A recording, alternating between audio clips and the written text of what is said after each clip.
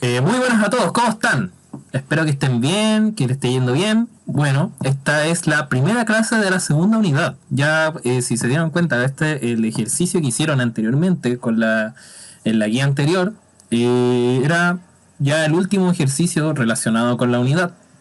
Ahora vamos a pasar a una segunda unidad que es un poco más grande, un poco más pensando en un tema más como en temas más cercanos también a nuestra realidad, pero también nos vamos a enfocar quizás en cómo funcionan otras formas de mercadeo, por ejemplo, de negocios en sí.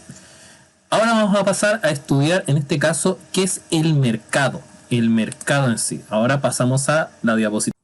Entonces, la unidad que vamos a empezar a trabajar desde hoy en adelante va a titularse El mercado, imperfecciones y externalidades, y va a relatar cómo funciona el mercado en sí, tanto con sus fenómenos como el, por ejemplo, cómo funciona la oferta y la demanda, cómo funciona, por ejemplo, que existan ciertos productos que no pueden bajar de precio y otros que nosotros podemos preferir otros productos, y así como sucesivamente otro tipo de cosas, cómo funcionan los impuestos, por ejemplo, también en algunos casos. Eso vamos a ir viendo a medida de que transcurra la unidad. Y por eso la primera clase va a ser cómo funcionan los dos elementos constitutivos de esto, que son la oferta y la demanda. Y obviamente vamos a ver de nuevo el concepto de mercado. Por la idea es cómo reconocer en el fondo las características que tiene el mercado, así como también funcionan la oferta y la demanda. En primer lugar, nosotros tenemos que tener en claro que el mercado puede ser considerado como un espacio físico virtual, no necesariamente tiene que ser como un espacio así como relativamente dicho que esto es mercado, sino que puede ser, por ejemplo, desde la feria, los negocios, hasta, por ejemplo, los espacios de compra-venta virtual como en Facebook, páginas como Mercado Libre, Yapo, entre muchas otras, pero en todas estas se tiene que dar esta relación entre ofertante y demandante, o entre el comprador y el vendedor. Generalmente hay dos tipos de mercado existentes también. O sea, hay un mercado de bienes y servicios donde nosotros compramos como demandantes, compramos productos a los ofertantes o a los productores, y también el mercado de factores de producción, que generalmente se refiere a cómo los productores compran o se abastecen de ciertos recursos para poder trabajar. En esto mismo hay distintos elementos como por ejemplo la mano de obra, los recursos a utilizar, entre otros también. Así como también a partir de esta interacción entre oferta y demanda, o sea, quiénes son los componentes esenciales dentro del mercado, es donde se gesta esta relación que lleva a producir el mercado. Pero irónicamente, aunque uno lo interprete que pueda ser así o no, la relación entre ambos es producto de la búsqueda del beneficio propio tanto de la oferta como de la demanda. Aquí vamos a ver más o menos cómo se estructura un poco esa relación podríamos decir, como de acuerdo mutuo al fin y al cabo. Ahora bien, entonces, la oferta y la demanda generalmente se gestiona a partir más o menos como tomando este ejemplo, vamos a ir explicándolo a partir de este pequeño ejemplo. Aquí vemos, por ejemplo, dos, por ejemplo, vendedores de sandías y una compradora que en este caso está aquí tratando de comprar una sandía que solamente tiene 800 pesos. Esta es como la idea, o sea, probablemente en algún momento alguno de los dos tipos, para tratar de negociar un poco una venta y una posible pérdida, entre medios van a tener que bajar sus precios. Generalmente al de 900 pesos obviamente le va a corresponder una mejor oportunidad porque no te perdería tanto. Pero bueno, eso es un ejemplo. Generalmente las ofertantes serían estos tipos que están encerrados en estos cuadros rojos, y deberíamos entenderlos como, por ejemplo, son los que proveen de bienes o también proveen de servicios dentro del mercado, así como también los que tratan de buscar una mayor cantidad de ganancias a partir de un menor costo de producción. Es decir, mientras ellos menos inviertan, va a ser mejor para ellos. Mientras tanto, el de la demanda sería esta señora que anda comprando cosas en la feria, y sería en este caso como quienes compran los servicios o los bienes. Buscan como objetivo obtener bienes o servicios en menor coste. O sea, por ejemplo, a veces nosotros vamos a preferir gastar menos como consumidores buscando un mayor beneficio. O sea, eso es, uno siempre, por eso está esa idea de cotizar antes de. ¿Cómo los ofertantes maximizan sus ganancias? Generalmente el ofertante o el productor será más necesario para ellos como tal poder como obtener la mayor cantidad de ganancias a partir de una inversión justa de dinero, que no necesariamente tiene que ser tan alta. Por un lado tenemos el denominado costo de producción, que es a lo que renuncia el productor para poder producir un bien o un servicio. Mientras este sea menor, mejor será para el productor. Mientras que por otro lado, el excedente de producción es lo que recibiría el productor menos el coste que tiene para producirlo. Para el productor siempre es fundamental poder maximizar este excedente. O sea, mientras más tenga como excedente el productor, mejor para él. Eso es como lo que siempre va a buscar. O sea, mientras menos tenga que invertir y con eso pueda ganar más, mejor. Y por ejemplo, ¿cómo funciona esto? Aquí vamos a integrar quizá uno de los elementos más constitutivos dentro del análisis económico, que son los gráficos de oferta y demanda. En este caso vamos a ir paso por paso hablando tanto del gráfico desde oferta y desde la curva desde demanda. O sea, las dos curvas van a ir fusionándose en algún momento. En este caso vemos que en el cuadro A, vemos que el excedente del productor, si nosotros lo calculamos a precio P1, va a tener va a cumplir con este triángulo que va a ser BSA. ¿Entienden? Ese es como el valor inicial. Pero ¿qué pasaría si en algún momento, en este caso, se subiera el precio a P2? Se lograra subir el precio a P2. Entonces habría una diferencia entre P1 y P2, con lo cual el excedente del productor aumentaría para los productores.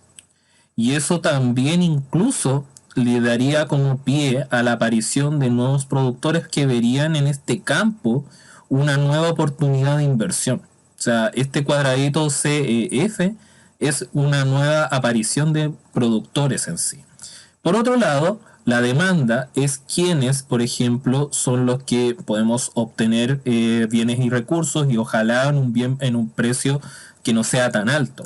Generalmente también se divide en dos cosas, se puede entender bajo dos conceptos. En primer lugar, la disposición a pagar, que es lo que una persona tiene pensado invertir por un bien o un servicio. Por ejemplo, si uno dice ya, ¿a cuánto estarán las bebidas, la Coca-Cola en el negocio? Y yo tengo pensado gastar 400 pesos como máximo. O sea, ese sería como el ejemplo. Mientras menos se gaste en este caso, o sea, mientras menos gaste, mejor. Es decir, por ejemplo, si la Coca-Cola estaba a 300 pesos, me quedaría un 100 pesos, y esos 100 pesos son los que se conocen como el excedente. Es decir, la resta entre la disposición a pagar menos el costo real del bien o servicio. O sea, mientras mayor sea el excedente, mejor. E incluso nosotros podemos, como decir, así como pensar en otros productos que tengan un menor costo. Por ejemplo, está la Coca-Cola 300 pesos, pero puede que esté la Rap-Cola 200. Y la calidad entre Coca-Cola y Rap-Cola pueden ser bastante parecidos. Por lo tanto, mientras mayor sea el excedente que pueda obtener mejor, en este caso voy a preferir la Rap-Cola, porque tiene 200 pesos de excedente, me quedarían ahí. Y esta curva, que es la curva de demanda, se ejecuta de la forma más parecida a lo que era la curva de oferta. En este caso, esta va en dirección inversa. Por lo tanto, se entiende que, por ejemplo, en este cuadrado, en este triángulo, mejor dicho, que es ABC, va a estar el excedente del consumidor. Pero, por ejemplo, ¿qué pasaría si el precio de estos bajara? O por lo menos bajara en cuanto a pudiera como complementarse con calidad. ¿Qué va a pasar? Va a haber un excedente del consumidor que va a ser un excedente que va a aumentar, es decir, va a mejorar la calidad de precio para el consumidor, pero por otro lado también va a incentivar la aparición de nuevos consumidores ante esa baja de precio. Obviamente este gráfico tiene que buscar un punto de equilibrio, por eso tanto el eje de demanda como el eje de oferta siempre tienen que buscar un punto de equilibrio porque ninguno de los dos debería perder en el ideal.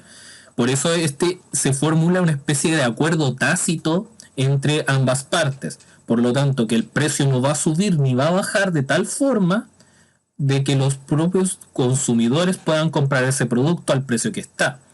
Porque tiene que haber un beneficio equitativo entre ambas partes, es decir, que tanto la persona gane, tanto el productor gane como el consumidor pueda obtener un producto a un precio conveniente.